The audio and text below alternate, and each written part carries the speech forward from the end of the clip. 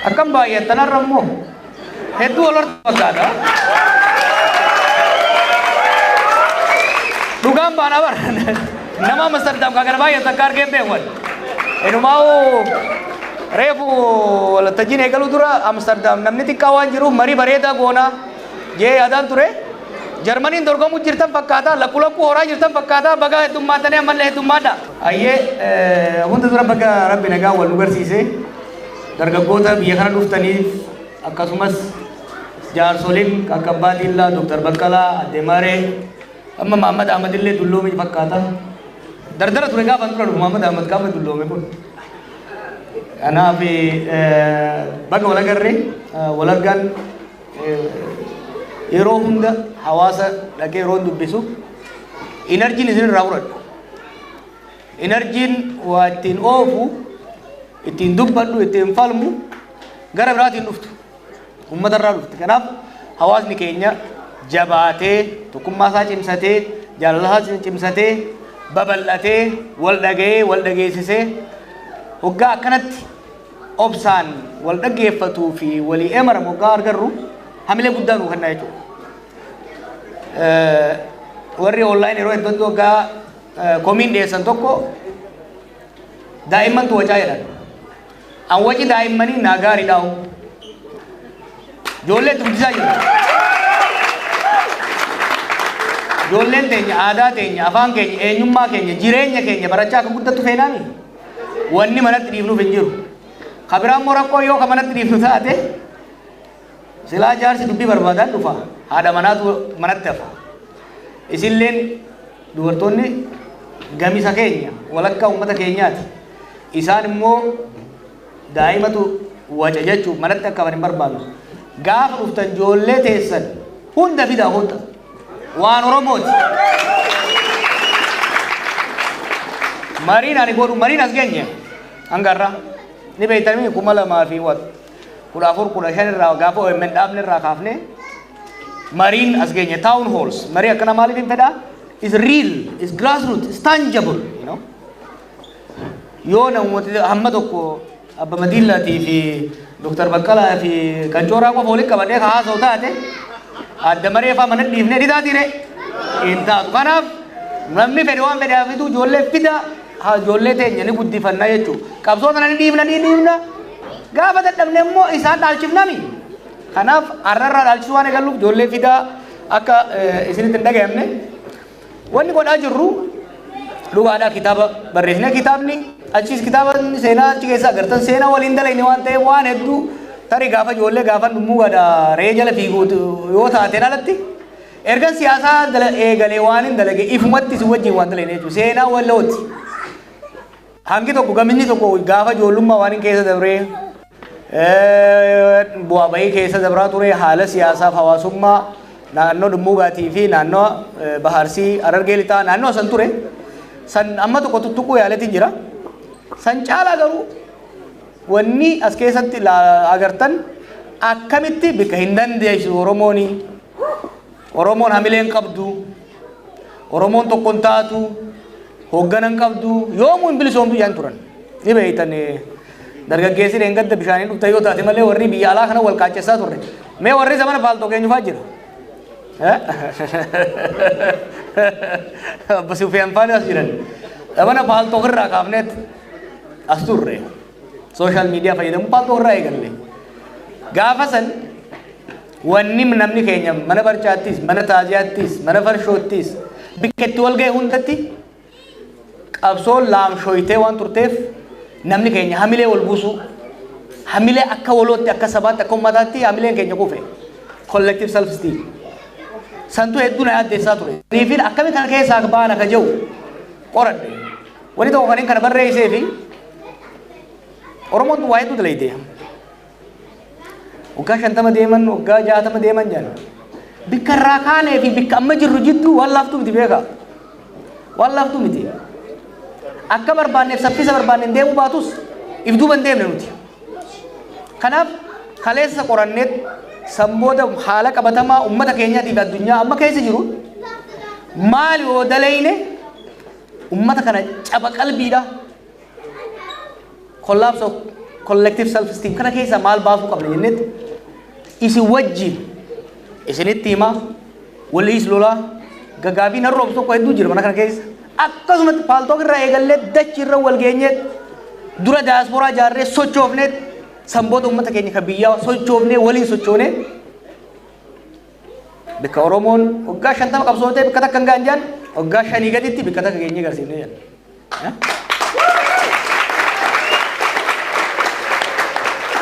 akka durarra wallaan Oromoon uumaa dalaguu hin dandeessu jaan gumaanni guddaan an ittiin boonu wanni inni ittiin hin gaabbineef keessaa tokko maal akka ta'e beekanii Oromoon hin dandeessu Oromoon qabsoo hin dandeessu kajaan san Oromoon qabsoo ni dandeessii miti yeroo gabaabaa keessatti saffisa firaa fi diinas rifachiiseen bakka akka geessudha kitaaba keessatti illee tuqee jira qoosaa tokkoon isanii qabsoo finiinsinee jara wayyaanii wajjin negoshee goone walii galle aangoo kan nuudhaaf jarri jara biyyaa yaameetiin aboogaa dura warra biyyaa alaa kan walitti qabuu yaallaan hin taane ni beeytanii boodarra warra biyyaa saniin aboogaa dhufte aangoo tana ni fudhattamoo jennaan ati ammallee barqoosaa jaalattan an jedhan mootummaan akkana kuftii nuu keessa jira argu jirra kufuun kaanee kadhadheetitti kenne bar warra irra tarraq jiru kan literally hin dandeenye san hunda goonet yeroo gabaabaa keessatti saffisa ajaa'ibaatiin jijjiirama fide caba hamilee caba qalbii san wal'aanuu dandeenye jechuudha was my biggest contribution and something I'm proud of now ammoo maaliif kaatee dubbatta ka jiru Oromootu bikka sanitti deebi'u jira saba keenya uummata keenyaatti bikka sanitti deebi'u jira kalee sababa laamshayina mooraa qabsoo keessatti jaarmaa qabsoo keessatti uumame irraa kaka'e Oromoon waliin taatu Oromoon qabsaa'uu hin dandeessu Oromoon hin bilisoomtu jechaa turan Oromoon jijjiiraman fiddu amataa gadaa akkuma dhiitamte itti fufti miliyoona 50 taate miliyoona 5 gamaa gamana dhiifamtu akka akkas deema ture gaafas akkasiimi har'a hoo Oromoon bulchuu hin dandeessu biyya jaaramtetti kennite waliin diigu jiran biitii harkaa kufte Oromoon bulchuu hin danda'u kajaa'u amma dulli bal'aan nurra gaggeeffamaa jiru alarra Oromoon bulchuu hin dandeenye har'a nee galle onni kun gaafan jara wajjin negoshee godhu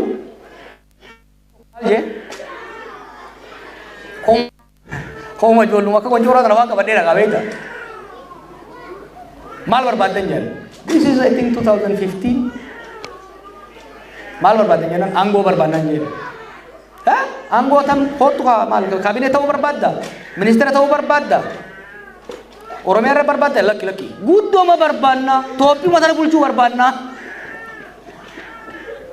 Amo amma onni akkasiin qabu gaafa dardaraa sana onni ajaa'ibaatiin qabu aangooma barbaadna we want the prime ministership biititu nu malti bulchuu qabna amataa gadaa dhiitamuu qabnu maal jabeeta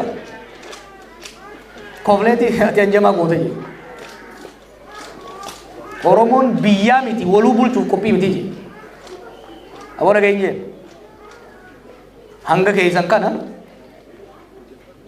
hayyo Oromooti miti harree dhummuu gaatu yoo dhufte ni bulchiti jeetiin itti dhaadadhe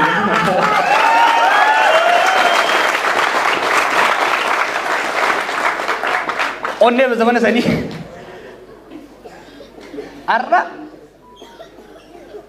waan namni san jeesan dhugoomsaniiti ijoolleen angorra jirtu aana naqaaneessanii jechuudha maaliifi waggoota jaan dabre kana keessatti diinagdeen biyyattii ni kufe security'n biyyattii ni kufe dippiloomaasiin biyyattii ni kufe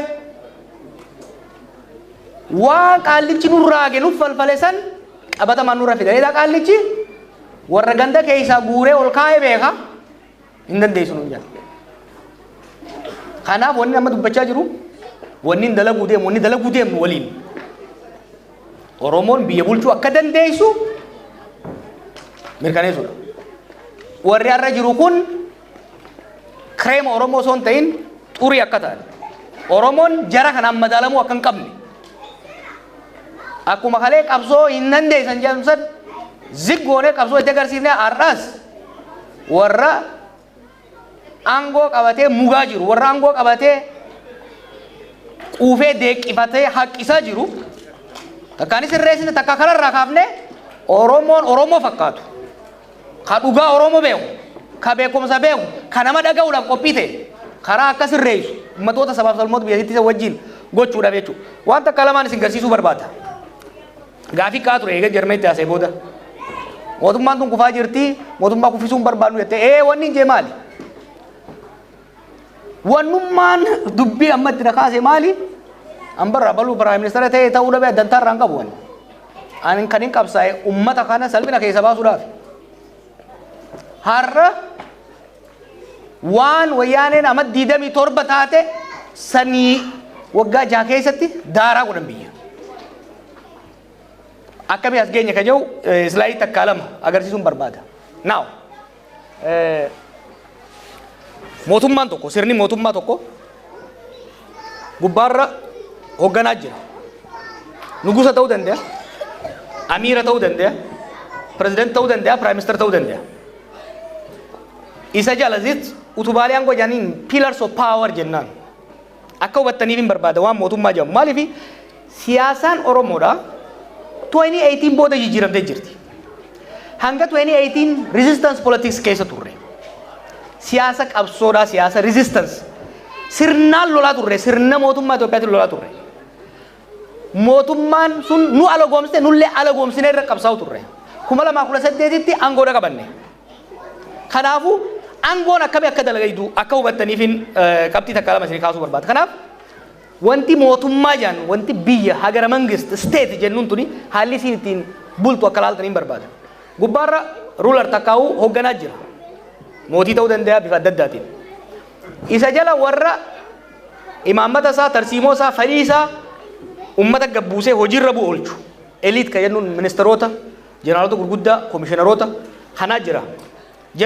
Isaan kun maal hoogganan? Caasaa mootummaa kan jennuun the institutions, state institution kan jennuun waan akka security dha, economy, bureaucracy, media, diplomacy, party jechaati hedduu deema. Warruma barbaachisaa qofaan as kaa'e. Ummanni garagadii jira jechuudha. Nugusni mataa fiitiin biyya bulchu hin jiru. Nugusichi takka, pirezidantii takka, piraayim ministerichi gara ministeerota isaa, komishineroota isaa, jeneraalota isaatiin institution sana hooggana. Institutiononni sun, jaarmaaleen suni sirnicha utuban jechuudha. Wanni agarru kun, wanni akka diinagdeedhaa, wanni akka bureaucracy, security kun utubaalee pillars of power jennaan. Utubaalee manni kun utubaa qaba beektaa corner irraa wanni qaba. Utubaan kan biraa tokkicha garuu asitti cornerii jira. Maal akka jettanii mooji. These are the corners. The corners those basically the pillars. Pilaara baadatu jechuudha. Now gaafa qabsoo plan goonus kan qabannee deemne. Sirni akkasii yoo sirna abbaa irree ka ta'u taate qabsoo waggaa irra gootu qabsoo bifa lamaan godhuu dandeessa. Qabsoo hidhannootii fi qabsoo nagayaatiin deemuu dandeessa. Qabsoo hidhannoodhaa waggaa gootu riphee lolaan ummata keessaa ka'uudhaan, ummata jaaruudhaan, ummata keessatti maadheeffachuudhaan caasaalee utubaalee aangoodhaa tana jalaa ciraa deemeeti boodarra laaffisee jalaa ciree fixeeti lafaan gayaa jechuudha. Walii galla qabsoo hidhannoo akkasitti dalaga.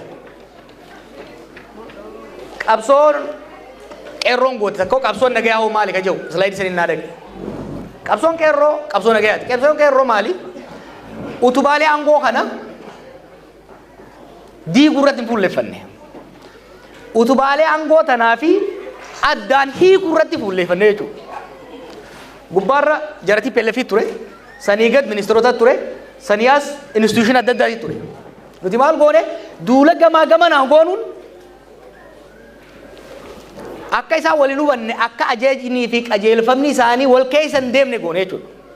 San keessaa tokko OPDO fi wayyaanee nikaa addaan hiikuun san ture jechuudha. Nikaa addaan hiikne institution kana jechuudha. Now qabsoon qeerroo bifa kanaan deemne. Ibduu baggaa deebite to the original na deebi. Kana irratti ammoo gaa dhufte mootummaan normaliin qabsoo qeerroo dura sirni TPLF akkas ture. Qabsoo qeerroo dura gara qabsoo qeerroo baggaa deebite sirna akkasii jiru san maaliif jijjiirree nu?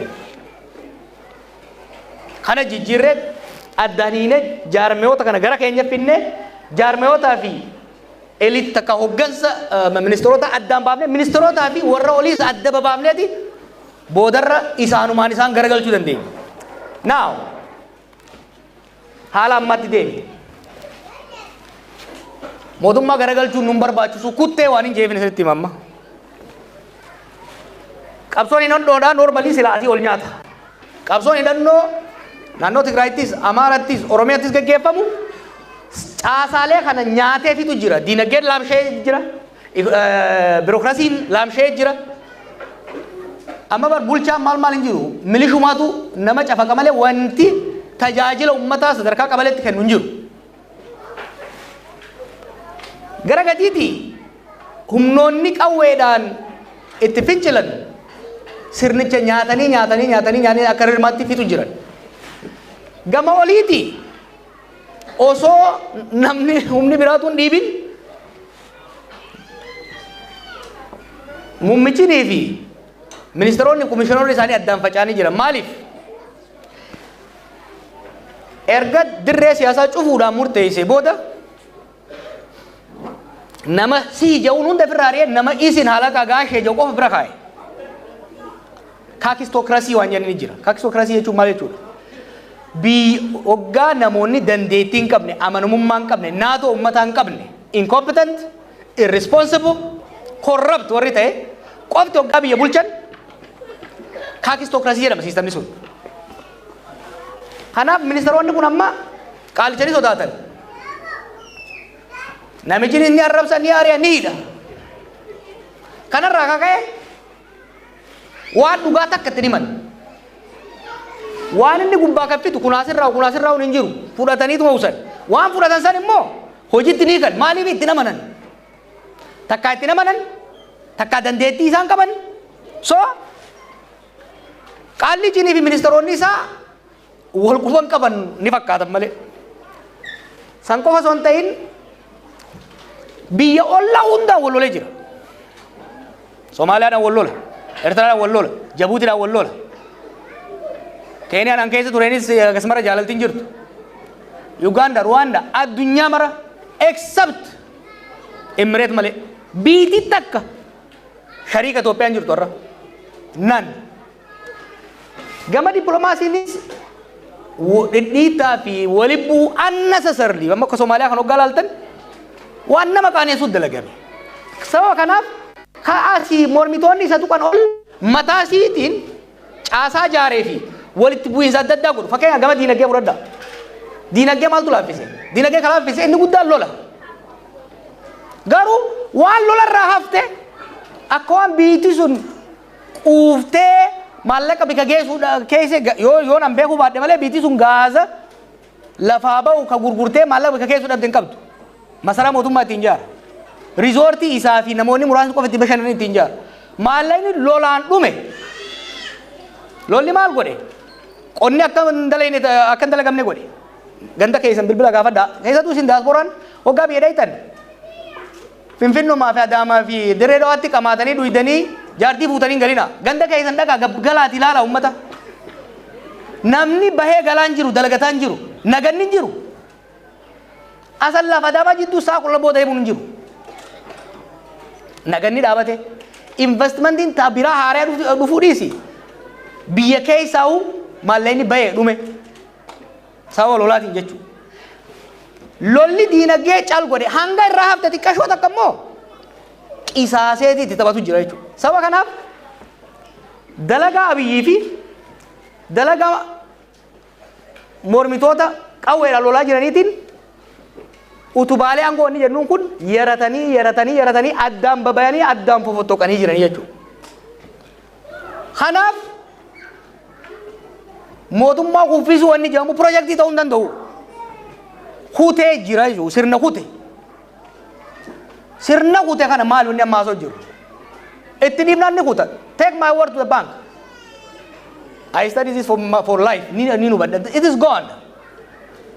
Garuu sirni ifirraa kombol jee kutuu miti kun. Maaliif biyya nyaatee fixee jira. Wanni ammoo waachaa jirru tokko maqaa keenyaan waan reefu jee. Bar kaleessa Oromoon hin bulchitu jenne hin dandeessu.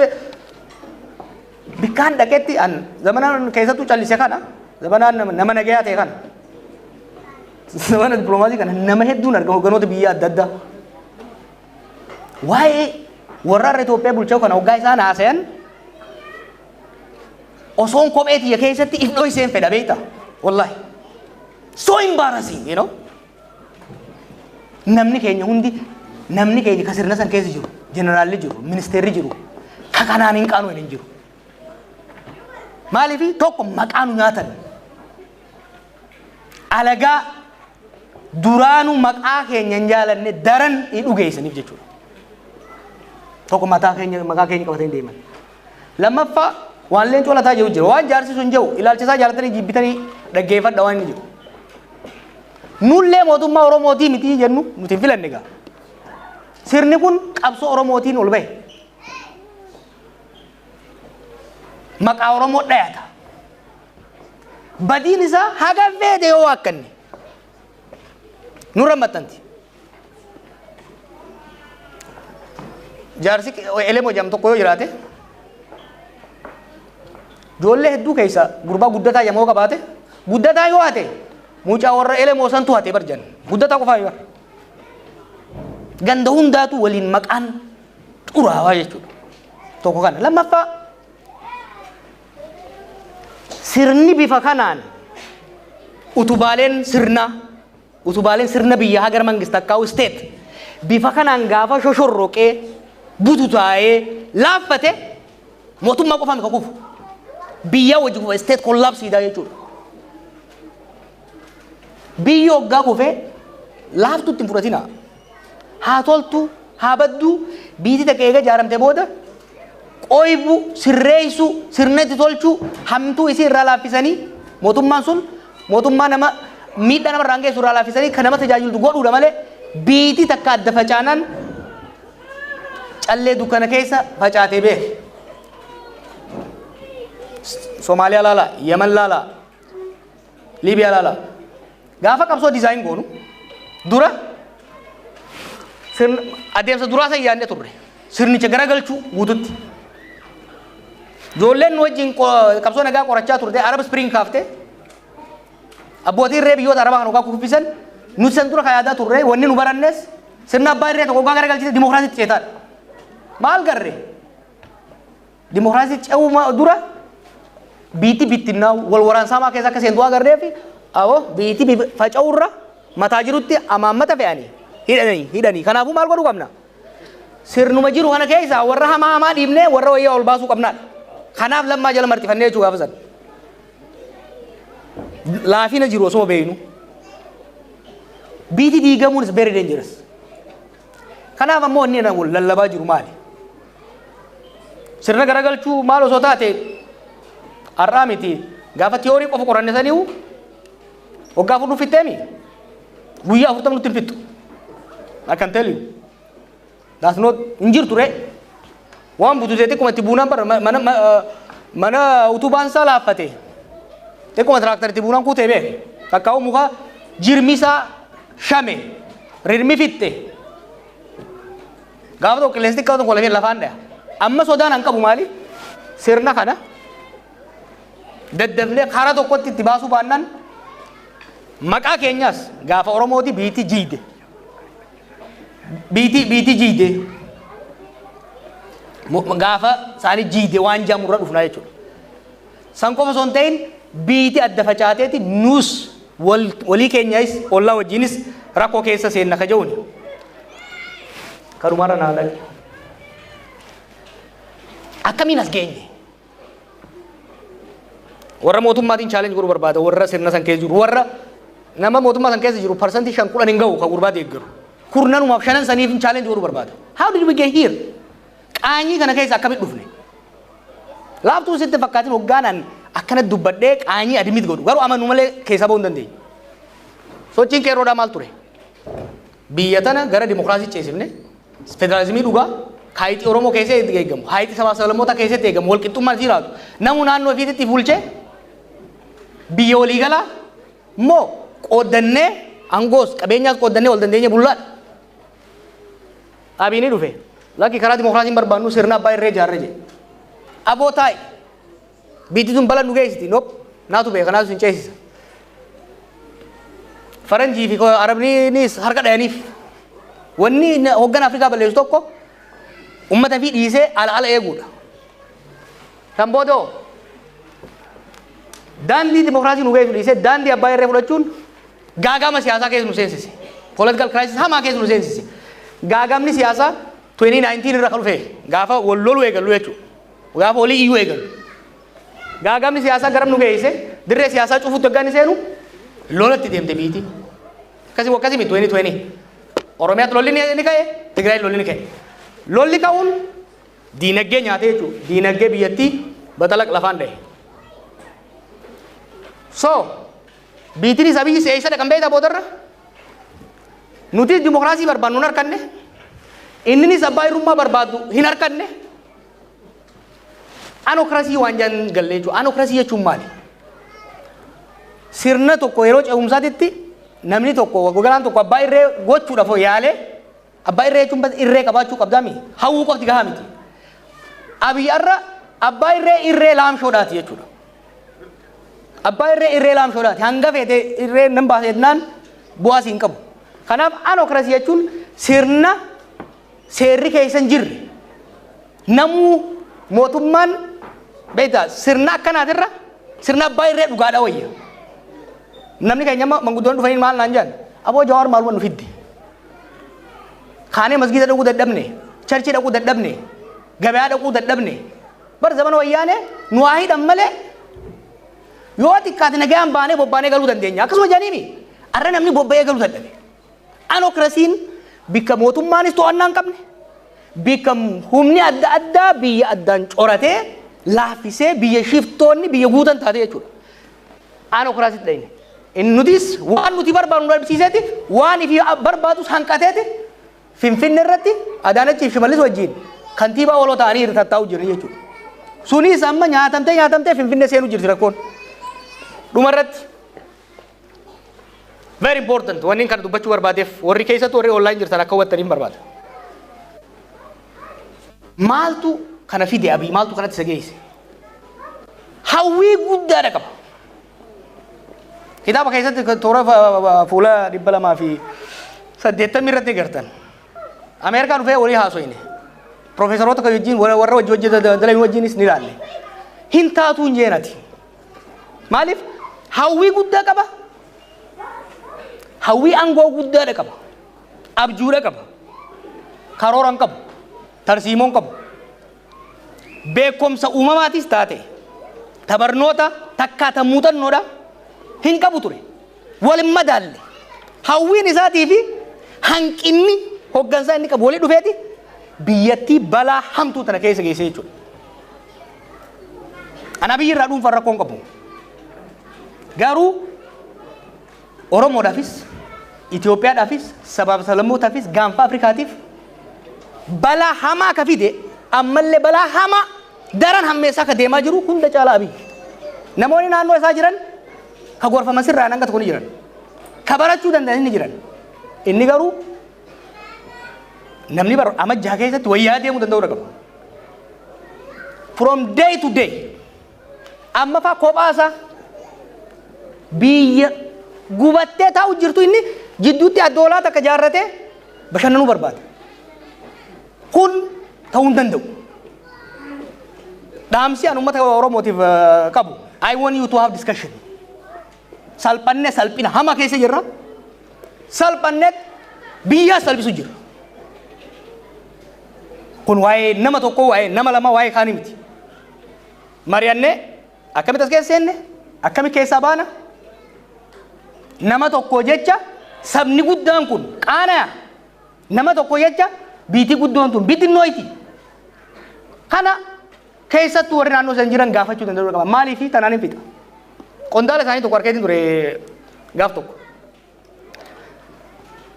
Waan amma isinitti muka keessa itti maal himaa ture beek. Maal jaan waan isin jaan kan naan jee akkamitti mootummaa Oromoodhaa kana kufiif naan jee. Booda ga'een jeen mootummaan kun muka kana yoo ta'e mana kee dura mukaa jira. Rirmi isaa nyaatee qilleensi kuffisuudha yoo deeme nyaatee jira kufuuf deeme. Hanga tokko akka amma anis godhaa ture gamaa gamanaa baallaa tokko muka tokko biccinaanutti goonee dhaabnee tursiisuu dandeenya.